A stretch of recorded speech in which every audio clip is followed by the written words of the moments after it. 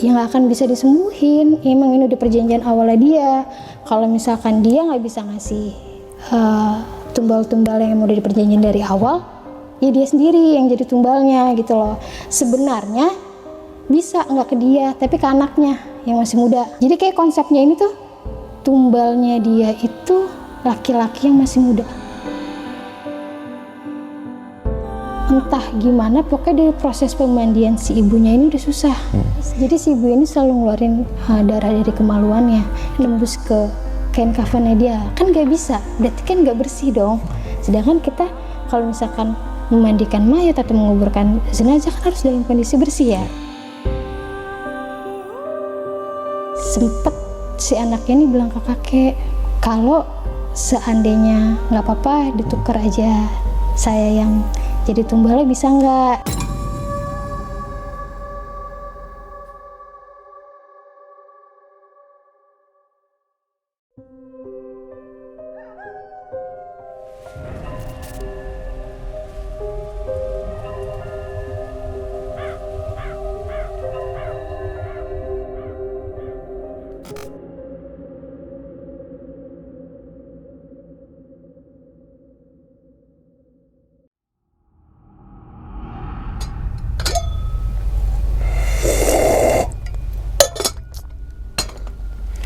Assalamualaikum warahmatullahi wabarakatuh. Kembali lagi bersama gue Sumar Adiwijaya atau biasa dipanggil Umang dalam segmen Ngopi Horor. Ya teman-teman semua, pada video kali ini atau pada kesempatan kali ini nih, lagi dan lagi gue tidak akan membawakan sebuah cerita dan namun menghadirkan narasumber yang tentunya mempunyai pengalaman mistis ataupun pengalaman horor. Nah, di samping gue sudah ada Kak Yesi. Waduh, Kak Yesinora. Yesinora. Yesinoya itu kan. Yasi. Makanan itu. Gimana Kak kabarnya Kak? Alhamdulillah baik. Baik ya, salam untuk teman-teman dan juga keluarga di rumah nih Kak. Nah, jadi teman-teman semua yang mungkin teman-teman semua sudah nonton sekitar berapa bulan yang lalu, Kak Yesi juga pernah bercerita tuh. Nah, kalau pertama kedua itu kan berbau dengan alam nih Kak. Coy, kan naik gunung camping ya kan. Dan ternyata nih di video kali ini adalah segmennya Ngopi Horor. Berarti bukan tentang alam dan lain sebagainya nih, akan menceritakan pengalamannya saat kejadian kayak gimana sih Kak? Kejadian dulu banget di tahun 92. 92? Jadi ini cerita turun-menurun dari keluarga gitu loh. Oh, yang dari keluarga. Yang dialamin sama kakek sendiri. Oh, kakek.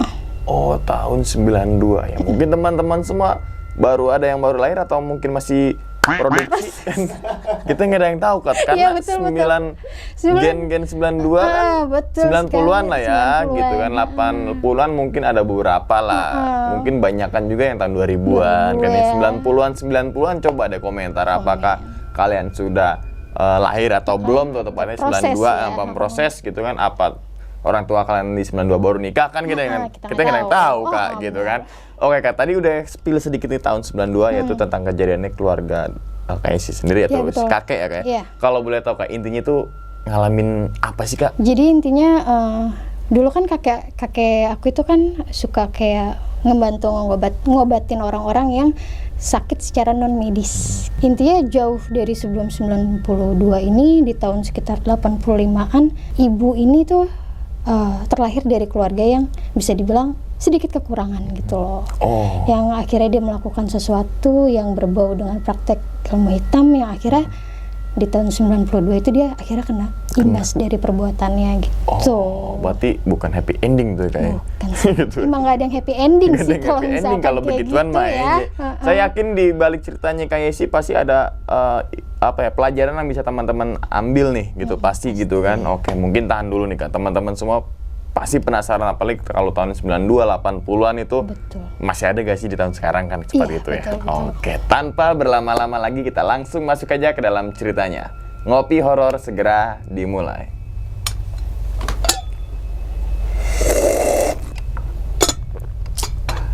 Sikat.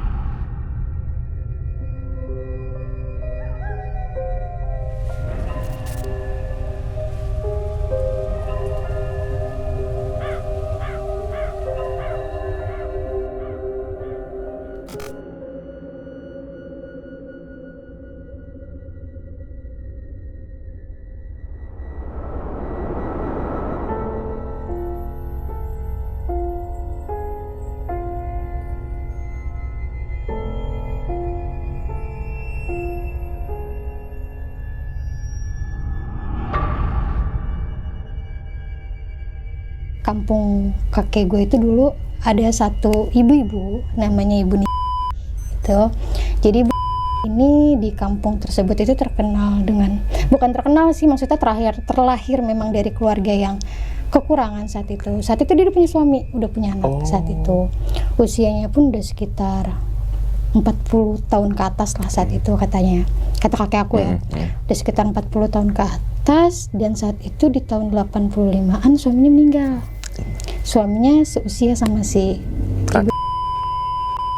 Sama 40-an lah ya. Ya 40-an lah sama gitu, nggak beda jauh usianya waktu itu.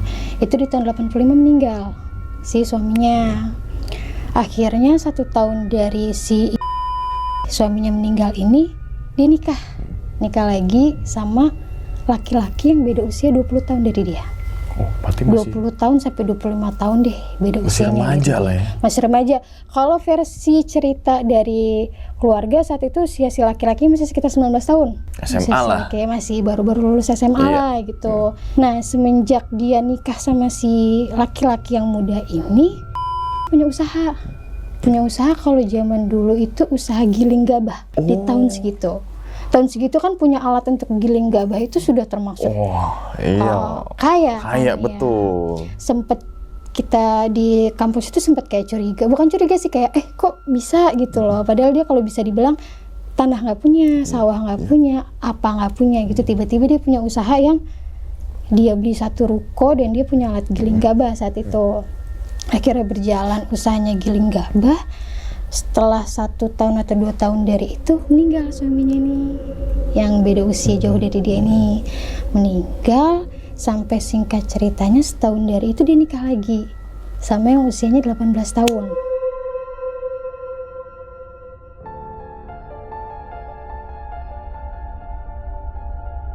Jadi 1 tahun lagi, 1 tahun lebih dikit meninggal lagi si suaminya ini gitu loh. Meninggal lagi dengan usaha dia yang makin lama makin naik, makin berkembang gitu deh. Sampai akhirnya beberapa tahun dari dia nikah sama yang kedua itu, si sakit gitu loh. Gosip-gosipnya dulu sih kabar-kabarnya sakitnya sakit ya non medis gitu. Jadi udah sempet dibawa kayak, kalau dulu tuh bukan rumah sakit ya namanya, dulu apa gitu. Pokoknya klinik pokoknya bukan rumah sakit. Sempet dibawa ke kayak semacam klinik. Itu pun nggak ketemu sakitnya apa atau apa, tapi kondisinya kalau dilihat udah parah banget. Udah dibilang hidup enggak, mati juga enggak. Itu selama 1 tahun si ini sakit. Nah makin lama dibarengin si sakit ini, usahanya juga makin lama makin turun gitu loh. Sampai akhirnya anaknya yang perempuan namanya Sri datang ke kakek aku. Kan dulu aku bilang ya, kakek aku dulu suka ngobatin yang secara non medis, buat minta dibantuin kayak tolong ibu dizikirin atau dibacain biar sembuh atau apa gitu loh. Jadi flashback sebelum dia minta bantuan kakek buat nyembuhin tuh, dia udah berobat kemana-mana nih secara non medis juga, medis iya non medis iya, udah kemana-mana nih, nggak ada yang bisa maksudnya nyembuhin atau ketemu sakitnya apa. Kakek datang ngeliat kondisinya si Buning secara langsung. Sebenarnya dari awalnya itu kakek udah kayak ini mah udah pasti kayak ada sesuatu yang pakai praktek ilmu hitam gitu loh. Sampai akhirnya dibacain, dizikirin sampai 3 hari waktu itu dizikirin, dibacain. Akhirnya si kakek ini kayak entah gimana konsepnya, tapi akhirnya kayak ibu pakai susuk ya pertamanya gitu, karena dia selalu bilang kalau sakit di bagian ulu hatinya dia, sakit teriak gitu loh. Pas dipegang juga katanya sakit gitu loh. Pas dibacain ternyata si ibu ini pakai susuk di dagu, mata, sama di perutnya dia. Jadi pakai susuk. Yang susuknya udah jadi daging. Daging yang udah nggak bisa dikeluarin lagi. Mau dia balik ke tempat yang dia masang pun udah nggak bisa gitu loh. Karena satu sisi kalau versi kakek aku, dia itu udah kayak melanggar perjanjian awalnya itu loh, yang harus sepersekian tahun dari dia nikah. Jadi kayak konsepnya ini tuh tumbalnya dia itu laki-laki yang masih muda, karena dia sudah melanggar pantangan itu sendiri. Satu, susuknya dia udah nggak bisa dilepas. Mungkin entah itu perjanjiannya dulu atau gimana, nggak paham ya, karena si artinya ditanyain pun udah nggak bisa ngejawab apa-apa, udah nggak bisa bilang apa-apa gitu loh. Diobatin lagi, ditanya-tanya lagi, si kakek nih masih belum ketemu syarat dari pesugihannya itu apa, maksudnya poinnya itu apa, belum ketemu nih, masih terus dibacain, akhirnya baru ketemu kayaknya si ibu nyimpen jimat deh gitu loh, nyimpen jimat yang salah satu syarat dari ritualnya dia itu loh. Akhirnya dicari ketemu, ada beberapa jimat di tokonya dia. Oh, di toko yang Gilingan Gabah? Ada ya, di toko Gilingan Gabah yang berupa tulisan Arab gundul yang dibungkus sama kain kafan. Itu udah setelah beberapa hari dizikirin, dibacain ya. Ketemu itu, kondisi juga masih belum membaik saat itu, tetap dibacain. Dan kakek sempet kayak komunikasi dari makhluk halus, saya bilang, ya nggak akan bisa disembuhin. Emang ini udah perjanjian awalnya dia. Kalau misalkan dia nggak bisa ngasih tumbal-tumbal yang udah diperjanjian dari awal, ya dia sendiri yang jadi tumbalnya gitu loh. Sebenarnya bisa nggak ke dia, tapi ke anaknya yang masih muda. Oke, gitu loh. Paham. Bisa sebenarnya bukan si dia nih yang kena, tapi jatuhnya ke anaknya. Tetap keluarga lah ya. Keluarga intinya bisa gitu loh. Si Beningsih tetap hidup kaya deh kasarannya. Cuman jadinya ke anaknya karena dia nggak dapet nih kan. Cuman ya mungkin namanya anak kali ya, dia nggak mau kali anaknya dijadiin tumbal atau apa, jadi kena ke dia sendiri.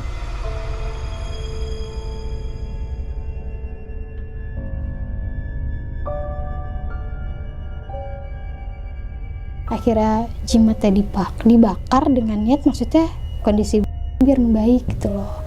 Dibakar, baca-bacain lagi, dizikirin lagi. Nah, makhluk yang ada di dalam si ini bilang nggak akan bisa, si udah melakukan perjanjian sama kita dari awal. Intinya ngomong kayak gitulah. Ya nggak bisa. Jadi di badannya ibu ini ada sekitar lebih dari 5 jin yang udah masuk ke dalam badannya dia gitu loh. Karena emang perjanjiannya dia, entah yang dia bikin seperti apa gitu loh. Akhirnya susah dikeluarin, kakek juga dibilang ya kita cuma bisa membantu sampai sini kan. Bingung tuh keluarga, sempet nyari lagi ke tempat-tempat lain. Kakek juga sempet kayak ya udah besok coba kita zikirin lagi, kita doain lagi. Pas dizikirin, doain lagi, ketemu lagi ternyata flashback sebelumnya. Jauhnya dari dia kayak pesugihannya di mana, masang susuknya seperti apa. Jadi si ibu ini walaupun usianya dia udah tua saat itu, jadi ibu ini cantik orangnya. Awet muda. Dan dia terkenal kaya di situ. Jadi di saat itu yang dari orang kasarnya nggak punya, jadi orang yang paling kaya bisa dibilang di kampung itu, di daerah situ. Kita jauh flashback ke belakang lagi, kenapa dia bisa nikahin anak-anak muda yang jauh di usianya dia, sampai orang tuanya setuju gitu loh. Jadi laki-laki yang dia nikah ini kebanyakan tuh dibeli. Jadi memang dia sengaja nyari laki-laki yang dari keluarga nggak ada, keluarga yang kekurangan gitu loh, dengan dia ngebeli ke orang tuanya gitu loh. Karena logikanya kita kan, siapa yang rela sih anak bujang masih 19 tahun kita nikahin sama janda. Ibu-ibu 40 sekian janda yang anaknya juga udah seumuran dia, suaminya lah ya kan. Siapa yang rela sih orang tua kayak gitu kan logikanya. Jadi memang dia targetnya dia itu orang-orang yang susah, orang-orang yang hidupnya pas-pasan lah gitu, untuk dia beli gitu loh. Jadi dia nikahin setiap suaminya dia ini dengan cara dia ngebeli, entah dikasih orang tuanya, dibeli dengan berupa dikasih sawah lah, kebun atau lain sebagainya gitu loh, untuk anaknya dijadiin suaminya dia gitu loh. Nah sebenarnya sebelum dia akhirnya kena tulahnya ini, dia sempat mau nikah lagi sama yang umur 19 tahun lagi saat itu. Cuman orang tuanya itu nggak mau. Mungkin dia udah curiga kali ya orang tuanya, karena 2 laki-laki sebelumnya yang di usia muda meninggal secara mendadak. Jadi nggak ada sakit, nggak ada apa, meninggalnya tiba-tiba gitu. Jadi, ya tiba-tiba aja. Mungkin kalau vonis medis jatuhnya kayak serangan jantung kali ya. Tapi kan kalau misalkan serangan jantung tuh harus ada riwayat penyakit jantung dong gitu loh. Tapi mungkin namanya orang kampung masih nggak paham kali kayak gitu. Jadi 2 suaminya yang muda ini meninggal secara mendadak. Hari ini saat walafiat masih ngobrol, besok paginya udah nggak ada, udah meninggal gitu aja gitu loh. Nah si yang target ketiganya ini orang tuanya nggak mau. Jadi pas kita udah intinya pas di tahun 92 kita bacain gitu kan, kita doain, datang nih keluarga calon yang tadinya mau dibeli anaknya. Iya, kemarin itu belum lama Bu yang mau nikahin si ini, katanya gitu. Dia nawarin sawah, dia nawarin kebun, pokoknya dia nawarin duit juga katanya. Cuman kayaknya seorang tuanya ini udah bisa ngebaca, kayaknya nggak benar deh ini atau gimana gitu, nggak dikasih. Sedangkan untuk dia nyari target anak muda yang dinikahin kan juga nggak gampang ya. Pasti sulit juga dong, gak yang segampang, walaupun nih gue kasih duit gini-gini kan juga susah, nggak gampang gitu. Nah mungkin entah karena tempo yang dikasih dia udah habis atau gimana, ya akhirnya ketulah dia sendiri gitu loh. Tuh sampai kita balik ke 92 itu diobatin nggak sembuh-sembuh, sampai pindah ke orang lagi nggak sembuh. Pokoknya intinya dia ngalamin sakit yang bisa dibilang gak wajar itu hampir 2 tahun. Oh, 2 tahun. 2 tahun dengan kondisi yang makin kurus, makin tua, makin, jadi ternyata yang masuk di badannya dia itu kayak jin-jin penunggu gunung gitu loh, yang dia sembah-sembahin gitu loh, penunggu gunung yang masuk ke badannya dia, yang intinya ngegrogotin badannya dia gitu loh ujung-ujungnya. Akhirnya diobatin di sana kemari, dicoba negosiasi nih sama si beberapa, bukan kakek aku aja ya saat itu ya, banyak orang-orang yang bisa nyambil secara medis juga untuk kayak bernegosiasi pengganti tumbalnya, apakah berupa kambing, kepala kambing atau sebagai, kan bisa ya diganti berupa seperti itu. Negosiasi nggak mau. Jadi kalau kata si penunggunya, si yang masuk ke badannya si ibu ini udah buat perjanjian dari awal yang mempunyai batas waktu, kayak misalkan dari tumbal pertama ke tumbal kedua jangka waktunya sekian gitu loh, yang si ibu ini udah ngelanggar jangka waktunya. Jadi memang sebelum si Bening ini sakit, anaknya sempat sakit dulu nih yang laki-laki. Waktu anaknya sakit ini sama si Bening dia dibawa ke dokter. Cuma di Bening sempat pergi selama 2 hari entah kemana. Nggak tahu ya. Nggak, kalau kata kakek mungkin dia datang ke tempat waktu pertama kali dia nyembah ritual itu loh. Sembuh anaknya akhirnya tanpa dibawa ke dokter ya, tanpa diobatin apa-apa. Sakit yang tadinya sakit parah, akhirnya anaknya sembuh. Ibu Ning pergi, pas balik lagi jeda beberapa bulan si Ibu Ning justru yang sakit itu loh. Makanya diambil kesimpulan sebenarnya si sini sakit karena dia nggak mau anak yang jadi tumbal gitu loh intinya. Dan ternyata keluarga besar dia dari anak-anak itu nggak ada yang tahu kalau si ibunya ini pakai kayak susuk dan lain sebagainya, pakai pesugihan di tempat yang berbeda, pakai susuk pun di tempat yang berbeda gitu loh. Jadi kalau misalkan untuk kita sembuhin, kita datangin ke tempat A-nya, kita nggak tahu lokasinya di mana. Kalau kata si kakek, kita mau bantuin untuk kayak menetralkan susuknya pun kita juga nggak tahu si Bening si make susuknya di mana saat itu kan. Susah, bingung, sempet dibawa juga karena sakitnya lama banget, 2 tahun loh, 2 tahun tanpa ada kemajuan sembuh atau apa. 2 tahun itu bukan waktu yang sebentar kan, lama. Udah berusaha sampai bisa dibilang sawahnya kejual, tanahnya kejual kan, semuanya untuk ngobatin si ini. Sampai berpindah-pindah orang-orang yang secara non medis nyembuhin itu juga gitu loh. Akhirnya sempet si anaknya ini bilang ke kakek, kalau seandainya nggak apa-apa ditukar aja, saya yang jadi tumbalnya bisa nggak gitu loh, si anak yang laki-lakinya ini loh. Anaknya karena si ibu itu ya? Iya, karena kan si kakek bilang sebenarnya kamu yang jadi tumbal karena si ibu nggak nikah kan, tapi karena si ibu nggak mau kamu jadi tumbal, jadi ibu yang sakit gitu loh, ibu yang kena. Nah si anak ini sempat bilang mungkin karena dia ngeliat kondisi ibunya terus-terusan sakit gitu ya? Mungkin kasihan atau gimana, nggak apa-apa aku yang jadi tumbal, tapi habis itu di stop katanya, bisa nggak dibantuin. Berarti anaknya udah tahu ya? Karena itu kan jadi tahu karena kejadian itu. Karena kejadian itu, iya. Maksudnya dia kan punya anak 2, laki-laki sama perempuan. Saat itu usianya udah lumayan dewasa ya, udah 20 tahun ke atas gitu loh. Kata dia, ya udah saya aja yang jadi tumbal, tapi di stop kata dia. Udah cukup dia yang terakhir, nggak apa-apa nih usahanya jatuh dan lain sebagainya, kata dia, bisa nggak? Kalau kata kakek, ya itu Allahualam, karena kan kita nggak tahu perjanjian si ibu seperti apa. Dan masalah negosiasi tumbal, masa iya kita numbalin orang juga gitu loh. Kalau misalkan mau negosiasi pun yang ditumbalkan ya bukan bukan manusia lagi kalau kata kakek. Sebisa mungkin kita negosiasi dengan berupa hewan yang kita tumbalkan gitu loh katanya.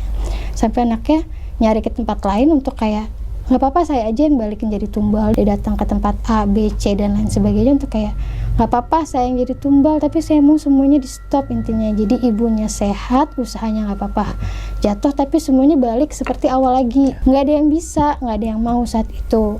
Sampai ada yang nyaranin kalau mau datang ke tempatnya, ke tempat si ibu yang bikin perjanjian pesugihan itu katanya. Coba bilang sama orang yang bantuin bikin perjanjian sama makhluk halusnya katanya. Mungkin bisa. Cari tahu, selentingan tuh ada yang bilang kayaknya iya si Bu Ningsih sering ke gunung A gitu loh, ke kaki gunung A. Ada yang bilang juga sering ke kaki gunung B gitu loh. Itu dicari sama anaknya, kayak di kaki gunung A tuh ada nggak sih yang dukun-dukun make bisa bikin pesugihan dan lain sebagainya. Didatangin satu-satu sama si anaknya ini gitu, saking pengen si ibunya sembuh. Sampai akhirnya ternyata di gunung C itu ketemu, dan dia kenal sama si ibunya itu loh. Si anaknya bilang intinya ibunya sakit parah dan lain sebagainya karena pesugihan yang dia pakai sama si bapaknya ini. Terus si bapaknya juga responnya cuman ya itu memang sudah konsekuensi yang harus dia terima katanya.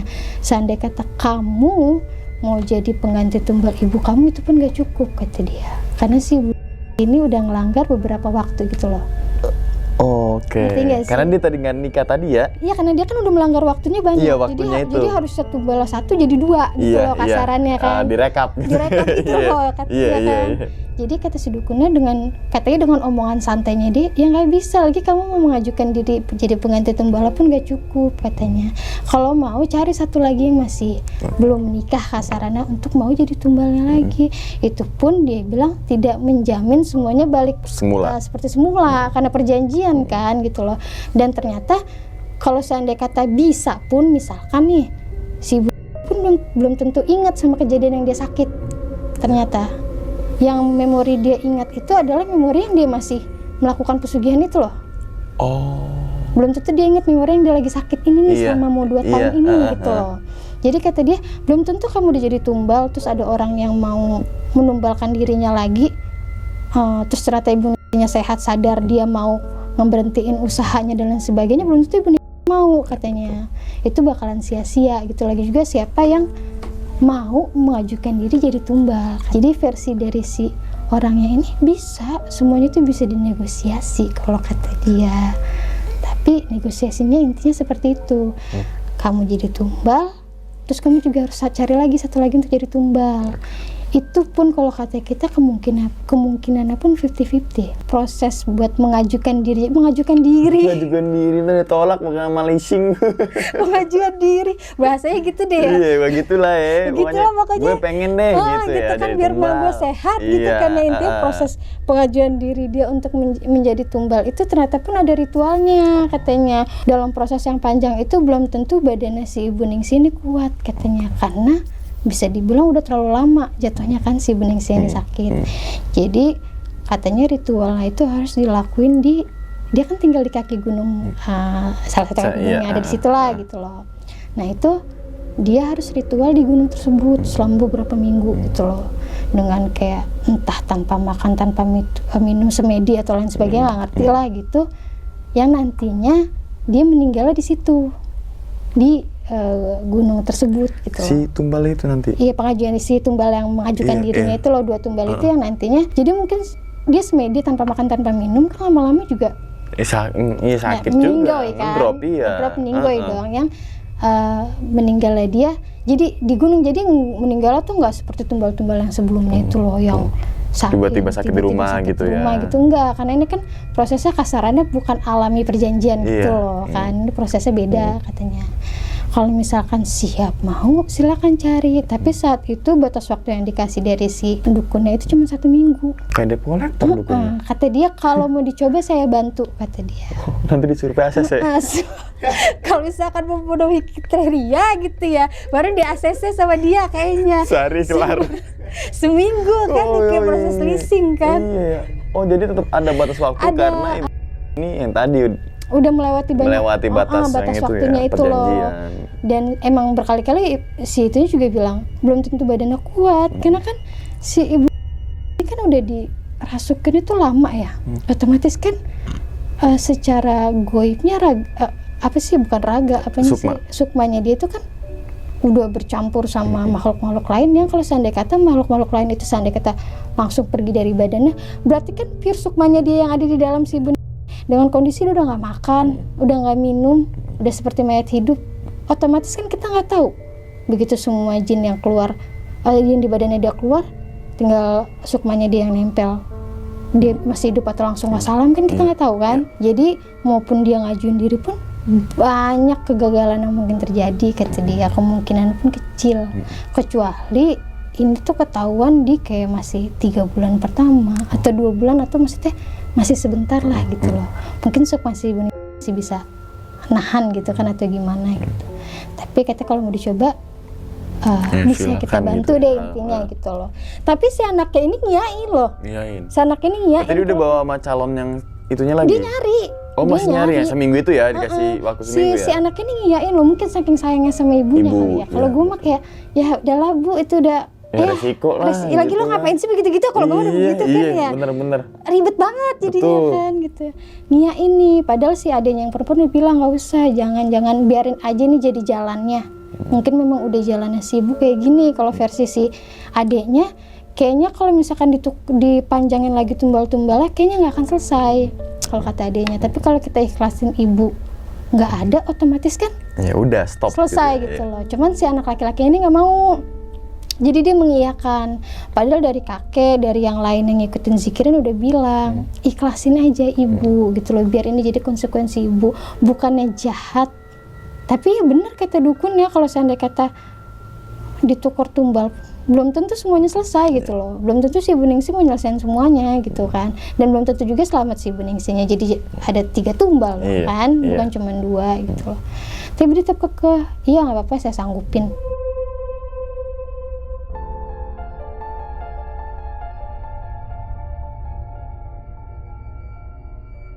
Kalau kata orang-orang sekitar tuh nih anak tuh jadi kayak orang gila atau nggak, kayak nyari kesana kemari kayak yang sampai dia nyari ke SMA loh, ke kayak dia kayak survei ke orang-orang yang memang hidupnya susah banget, yang punya anak bujang, sampai dia survei ke kampung-kampung sampai ke kampung sebelah untuk kayak negosiasi sama orang tuanya, anaknya mau kita jadiin ini dengan imbalan sekian gitu loh.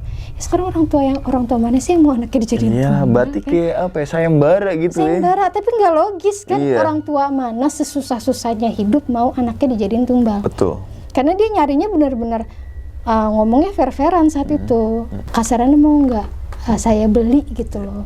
Dan dia waktu itu membelinya tuh nggak main-main, 2 sawah, 1 kebun dan lain sebagainya dengan harga sawah itu gitu ya, tanah ya. Tanah dia, jadi nggak berupa uang gitu loh.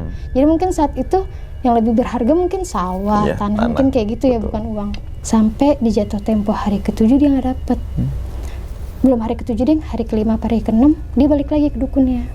Sampai dia bilang, ada nggak di kaki gunung ini anak remaja yang hidup sebatang kara kasarannya atau hidup susah dan lain sebagainya, saya beli deh gitu di kampung ini, di kaki gunung itu ya. Gitu.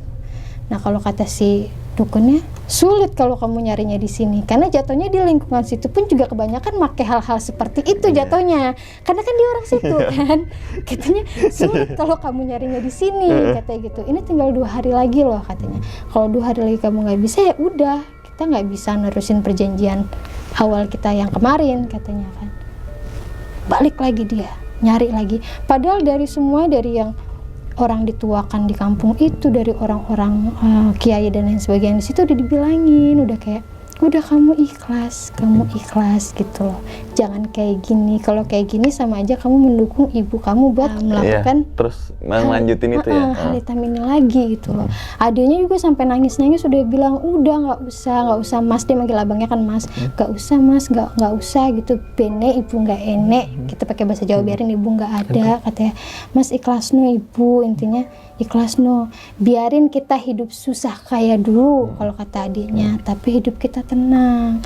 Tetap si kakaknya ini nggak mau, masih ada waktu 2 hari kata dia. Semuanya tuh yang ada di kampung itu udah ngomong, udah nggak usah, ini udah ketahuan ibu emang salah gitu loh, ibu nggak bener pakai ilmu hitam, ikhlasin, katanya jangan sampai jadi kayak setan ngerasukin kamu nih buat ngelakuin hal yang sama kayak ibu, katanya. Toh kalau seandainya kata kamu ngajuin jadi tumbal nih misalkan, kamu yakin kamu akan diterima sama yang kuasa dan lain sebagainya, udah dijelasin secara baik-baik gitu loh. Tetap masih ada waktu 2 hari, yang penting ibu sembuh, kata dia. Nggak apa-apa saya jadi pengikut dan lain sebagainya, kata dia, yang penting ibu sembuh. Dia nyari lagi sampai malam, sampai besok dia nyari lagi. Akhirnya di waktu hari ke-7 itu dia nggak dapet tumbal, tapi dia tetap datang ke dukun tersebut untuk tetap mengajukan dirinya sendiri. Tetap dia datang ke hari ke-7. Nggak ada yang bisa ngelarang dia lagi. Kita semua jadi saat itu udah ngelarang semua, tetap dia nggak bisa. Dia datang ke tempat itu lagi buat kayak, saya aja yang ngelakuin ritualnya, saya aja yang naik ke atas gunung, saya aja yang jadi tumbalnya. Ya si dukunnya kalau versi dia cuma ketawa-tawa doang, nggak bisa. Sampai dia bilang, ya udah saya yang ngajuin diri ke atas plus kepala sapi sekian lah atau kepala kambing sekian lah gitu untuk jadi tumbal yang satunya lagi, katanya. Nggak bisa, perjanjian awalnya tumbal itu manusia bukan hewan, kata dia. Jadi kalau kamu menegosiasi sama saya diganti apapun nggak bisa, kecuali saya dan makhluk yang dibikin perjanjian sama ibu belum ada perjanjian dulu, bisa. Ini sudah ada perjanjian. Entah ritual apa yang dilakukan sama ibu, intinya katanya ritual itu udah sakral, katanya. Soalnya si ibunya ini sampai kayak minum darahnya sendiri gitu loh waktu ritualnya itu loh. Jadi memang ritual yang benar-benar sakral, katanya, kalau versi dia. Kalau menurut gue mah hal kayak gitu nggak ada yang sakral. Iya, ya kan? Yang nggak ada yang sakral gitu kan, namanya kayak gitu. Tapi kalau kata dia sakral banget, yang udah kasarannya membuat oke, gue bersekutunya sama lu nih, bukan sama yang kuasa. Intinya semua raga jiwa gue serahin sama lu nih, bukan sama yang kuasa, intinya. Jadi emang udah nggak bisa. Jadi mau dibacain doa kayak seperti apa ya, jatuhnya udah musyrik. Mungkin ini kali yang dinamain dosa yang tidak bisa dimaafkan, kayak menduakan yang kuasa, mungkin ini kali namanya gitu ya. Itu tetap nggak bisa. Sampai anaknya stres, sempat ngamuk ke dukun itu juga gitu kan, sempat ngamuk, sempat apa, datang ke rumah pun dia ngamuk-ngamuk. Warga di situ juga udah kayak sampai diruqyah, kayak udah kayak orang kesetanan, tau gak sih anaknya. Udah kayak nggak bisa ya, ibu nggak bisa ngeneiki, kalau kata ibu nggak bisa kayak gini, pokoknya harus aku, pokoknya ibu kudu sehat, katanya, harus sehat gitu. Nggak bisa, ikhlasin. Sampai beberapa minggu dari itu, ya benar si ibunya akhirnya meninggal gitu aja dengan kondisi ya mata kebuka, mulut kebuka, terus kondisi mukanya ini, karena dia pakai susu kan di dagu sama mata ya, kondisi mukanya ini udah gosong. Padahal dia nggak kebakar nggak apa, tapi kayak gosong kebakar gitu loh kondisi mukanya. Terus area perutnya dia juga gosong, bener-bener gosong kayak kebakar gitu loh. Jadi area-area yang dia pakai susuk saat itu, saat ibu Ningsih meninggal itu udah gosong.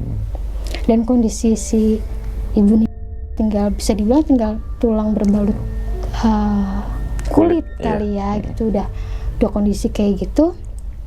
Si anak laki-lakinya ini malah jadi kayak orang gila, malah jadi kayak orang stres. Adanya tinggal sendiri, dan parahnya lagi waktu proses penguburan si ibunya ini yang susah. Kenapa tuh, Kak? Susahnya jadi proses dari pemandian, entah gimana, pokoknya dari proses pemandian si ibunya ini udah susah. Jadi si ibu ini selalu ngeluarin darah dari kemaluannya gitu loh, kayak bisa dibilang kayak mens terus-terusan begitu loh. Padahal logikanya kalau dia sudah tidak bernyawa apa gimana gitu, dengan sakit yang lama kayak gitu, apalagi usia dia sudah segitu kan, udah nggak mens, sudah menopause gitu loh. Itu setelah meninggal justru keluar kayak pendarahan lah ya. Iya, tapi yang dengan sakit dia lama yang udah hampir mau 2 tahun dia nggak ada apa yang keluar dari kemaluannya, itu keluar terus dari kemaluannya gitu loh. Sampai akhirnya nggak langsung dikuburin, ditunggu sampai besok nih, dengan rencana mungkin itu bakalan berhenti keesokan harinya gitu loh. Sampai diinepin sehari, tapi sampai diinepin sehari pun darah masih keluar dari kemaluannya si ibu gitu loh. Sampai pas di bungkus kain kafan pun itu karena dia keluar terus kan ya, itu nembus ke kain kafannya dia, kan nggak bisa, berarti kan nggak bersih dong. Sedangkan kita kalau misalkan memandikan mayat atau menguburkan jenazah kan harus dalam kondisi bersih ya. nggak bisa kita pakai pembalut juga dong. Ya kan nggak Lakban itu nggak bisa. Kan nggak juga mungkin dong. kan Bisa, ya. iya. Iya nggak mungkin kan. Kayak semen plak Iya nggak bisa. kan. Nggak bisa dong Nggak kan. bisa. Kita pakai pembalut gitu kan nggak bisa Tetap, juga. iya. Siapa yang mau nyuci pembalutan nanti? Iya juga. Nggak bisa kan. Tetap pokoknya keadaannya harus bersih. Harus bersih Nggak ada kan. darah. Itu bingung. Tapi dari pihak orang yang dituakan sama kiai di situ, jasad pun nggak bisa didiemin lama-lama. Sempat ada perdebatan panjang kayak apa harus kita inepin sehari lagi gitu loh. Sedangkan kalau di Islam kan harus menyegerakan mungkin gitu kan penguburan jenazah. Sedangkan udah diinepin sehari loh. Tapi permasalahannya ini darah dari si kemaluan ibu ini keluar terus-terusan gak berhenti. Logikanya kan darah yang ada di badan kita berapa sih? Dengan dia keluar terus-terusan otomatis sehari juga udah habis nggak sih? Karena keluarnya itu bukan keluar yang cuman bercak dan lain, enggak. Keluar darah gitu. Kayak air mancur. Iya, nggak kayak air mancur juga sih kita. Ya kan? Pokoknya nggak normal lah Nggak ya normal gitu. lah Ya. intinya. Nggak Oke. kayak keran juga enggak. Nggak juga keran. Kan? Toran. Nggak juga gitu loh. Intinya keluarnya nggak normal dan itu kalau dipaksakan, ya itu kan yang di hari selanjutnya dipaksakan untuk di kain kafanin tuh. Yang akhirnya kain kafan di bagian bawahnya itu ngerembes darah semua. Darah yang dari kemaluannya itu nggak bisa dong, ya kan. Akhirnya kesepakatan terakhir, oke, kita tunggu sampai besok karena logikanya pasti sudah berhenti darahnya karena sudah tidak ada darah di dalam tubuhnya si benih kan. Ya udah kita tunggu sampai besok sore paling telat, Lama. paling lama. Ditunggu sampai besok sore pun darah masih keluar. Akhirnya dengan kesepakatan keluarga, anaknya nggak sepakat sih sebenarnya. Anaknya pengennya ibunya ya masih biarin di situ, nggak boleh dikup. Kayak anaknya yang laki-laki ini kayak orang gila lah. Kayak orang gila. Kalau anak yang perempuan itu udah mengikhlaskan dari awal gitu loh. Dengan kondisi kayak gitu akhirnya sepakat. Ya udahlah kita mandiin ulang, mau nggak mau ya sudah kita kafanin dalam kondisi seadanya gitu loh, dengan kita berserah sama yang kuasa gitu loh. Semoga ya si bisa diterima gitu. Akhirnya dimandiin ulang dengan kondisi darah yang masih keluar, dikafanin walaupun kain kafannya lagi-lagi pun merembas air darahnya, tetap dikuburin dengan kondisi seperti itu. Akhirnya Dikuburin dalam keadaan masih keluar darah. Masih keluar darah ya, intinya ibu Ning kan dengan kondisi seadanya. Seadanya udah ya. Masih, karena tadi juga ditunda 2 hari ya udah kayak. ditunda 2 hari dan baunya si ibu Ning udah mungkin ada udah nggak enak nggak lah. enak Betul gitu loh, pasti. kan. Sehari aja di itu nggak enak. Udah nggak enak ini baunya Apalagi 2 hari. keluar darah ya. Ini keluar darah. 2 hari pas keluar darah itu kan tambah anyir. tambah anyir betul. Jadi akhirnya ya Udah dalam kondisi keadaannya pemakaman itu ya dengan kain kafan yang kasarannya nggak bersih lah. nggak bersih. Dengan kain kafan yang menembus darah-darah Oke, itu. nah setelah si ibu ini dimakamin kah? Apakah tuh proses itu udah selesai atau? Abis itu udah sih selesai, cuman memang usahanya si ibu Ning ini walaupun dikelola baik dengan anak perempuannya nih ya, jadi anak laki-lakinya sempat depresi beberapa lama gitu loh. Jadi yang ngurus anak perempuannya, si anak perempuan ini ngurus usahanya dengan benar, tapi makin lama makin usaha gitu sampai akhirnya usahanya sempat jatuh-jatuhnya nih. Itu loh, sempat hancur-hancurnya, tapi bangkit lagi. Tapi mungkin dibangkitin sama anak perempuannya dengan cara yang Benar. normal mungkin. Entah bagaimana mungkin itu dibangkitin lagi dengan cara normal. Jadi sampai sekarang pun usahanya masih diurus sama cucu-cucunya yang dilakukan dengan cara benar gitu. Yang benar, tanpa ada jampe-jampe dan jimat dan sebagainya gitu. Jadi usaha yang tadinya bagus itu sempat memang habis setelah si Ibu Ning sini nggak ada. Sempat habisnya, jeda beberapa tahun kemudian bangkit lagi dengan usaha yang sama, tapi itu dikelola dengan anak perempuannya ini. Baik gitu ya. Gitu. Nah itu teman-teman semua. Jadi teman-teman semua mau usaha, entah itu usaha apapun itu, jangan sampai deh yang namanya make-make begituan. Memang kalau namanya hidup kan kadang di atas, kadang di bawah. Betul. Gitu kan, namanya roda kehidupan. Tapi jangan sampai sekali-kali teman-teman semua melakukan cara yang instan. Betul, karena yang instan tuh nggak akan bertahan lama. Betul, dan itu nggak baik juga, gitu kan. Mendingan teman-teman semua ikhtiar, optimis, doa, gitu kan dan sebagainya. Walaupun usaha kita flat-flat aja, tapi itu akan bertahan lama. Pasti. Ketimbang, dan pasti bakal naik juga sih. Nah, bakal pasti naik juga. Ketimbang baru sehari misalkan bikin usaha terus ya kan langsung jatuh lagi. Berarti semua aset ibu itu udah habis. Jadi setelah si ibu Ringseni meninggal, walaupun diurus tetap lama-lama jatuh sendiri, entah gimana konsepnya, intinya habis sendiri gitu. Habis sendiri. Semua kayak tadi kan kalau zaman dulu mungkin aset itu sawah, tanah, itu habis.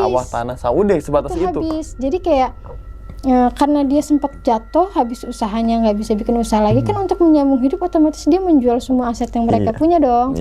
Apalagi kakaknya ini laki-laki depresi kan. Otomatis kan aset-aset yang peninggalan si Bening dia dijualin untuk bertahan hidup kasarannya. Dan untuk yang tadi usaha lagi enggak, kayaknya si anaknya ini tidak memakai aset dari si iya dong. Dia nggak pakai dari jual habis semua dong. Benar pure untuk kasarannya bertahan hidup si anaknya dua ini gitu loh.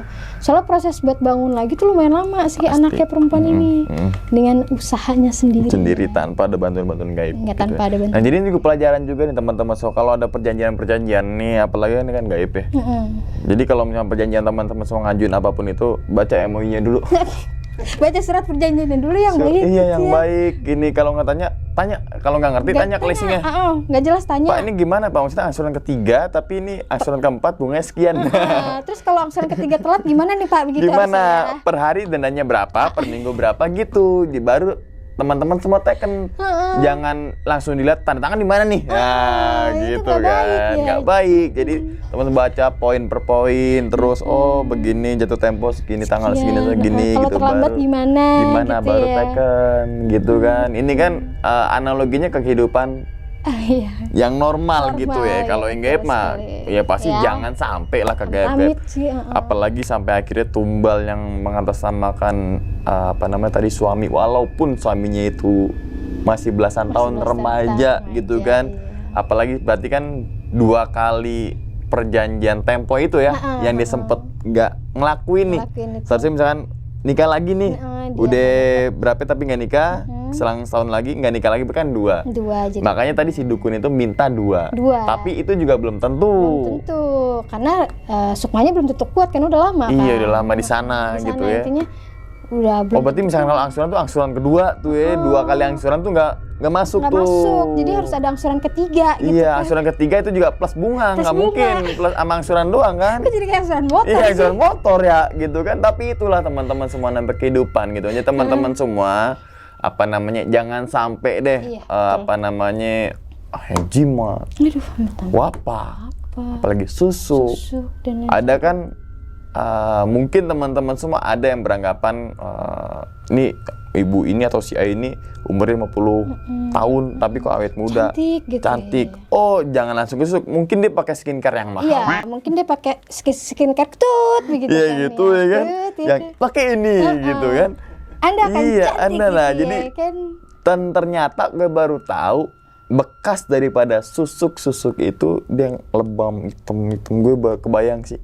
Iya, itu jadi hitam kayak kebakar. Kayak kebakar, kayak gosong. Iya. Tapi bukan ngelupas gitu ya, kayak gosong. Hitam gitu ya. Hitam gosong gitu, bukan lebam tapi hitam. Dan itu tadi susuknya itu sampai jadi nyatu daging. Jadi dagingnya dia gitu. Karena tadi saking Karena dia selain memakai susuk dia melakukan pesugihan gitu. Yang lain lagi ya. Jadi kan satu susuk dukun ini, yang satu pesugihan. Dan si anak ini nggak bisa nemuin dukun yang memasang susuk si ibunya kan, dia cuma ketemu dukun yang ngelakuin pesugihan doang. Dan kalau versi dari orang yang ngobatin dia, susuknya udah nyatu jadi dagingnya. Udah susah. Bisa dikeluarin. Tuh itu ya teman-teman semuanya. Semoga teman-teman semua, saya yakin sih yang nonton ini pasti pada pinter semua deh gitu kan. Pasti. Jangan sampai ketika ini kontak kakek sih dimintain buat kok cara pesugihan tanpa tumbal, tanpa bunga kalian ya kan. Tanpa tumbal lo nggak ada, kredit ada bunga gitu kan. Tumbal gitu ya. Iya, kalau nggak ada bunga syariah, bank syariah ya. Syariah juga ada bunga sih. Ada tapi dikit sih gitu kan. Namanya hidup mah pasti ada bunga-bunga lah gitu kan, apalagi pengajuan kayak gitulah. Oke, kayak sih sebelum ditutup nih videonya mungkin kayak sih ada pesan yang tadi ingin disampaikan sih dalam pengalaman tersebut gitu. Iya, pokoknya buat teman-teman ya, kita jauh-jauh dari hal-hal negatif seperti ilmu-ilmu hitam seperti itu, karena memang awalnya pasti baik, awalnya pasti enak, kaya, banyak uang.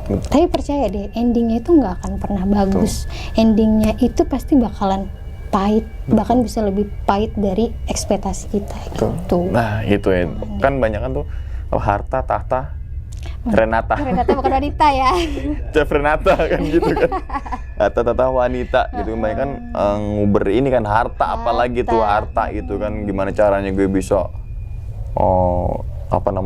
ngumpulin uang segini dengan jalan pintas, minta kontak ke dukun, kun gitu kan, gimana ya caranya kun? Logikanya kalau itu ampuh kan si dukun harusnya udah jadi kaya raya. Iya dong, nggak mungkin rumahnya itu di kaki gunung terus gitu kan. Otomatis dia sendiri juga pinter kan. Seharusnya kalau di kaki gunung rumahnya kayak mewah lah, istana lah gitu kan. Ya kaki gunung kan dia berarti pinter. Gue nggak mau ngelakuin pesugihan gitu kan, karena efeknya bakal di gue gini. Dukun aja pinter, maksudnya kita yang dibodohin. Bodohin ya. Oke, pokoknya teman-teman semua perbanyak doa, ibadah ikhtiar gitu ya. Lagi juga ngejar duniawi harta dengan cara kayak gitu.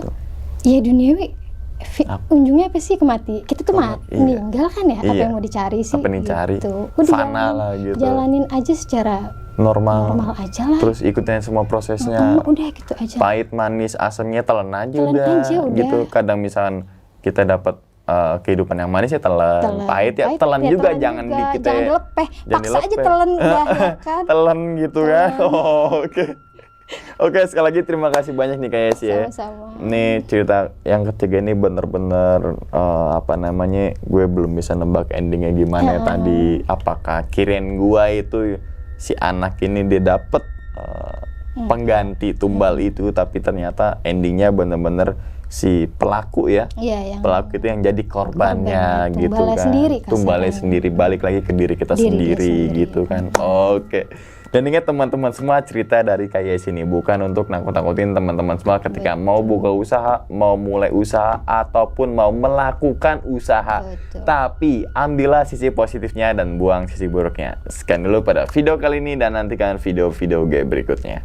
Hal gaib itu muncul ketika sugesti kita buruk. Wassalamualaikum warahmatullahi wabarakatuh. Selamat beristirahat.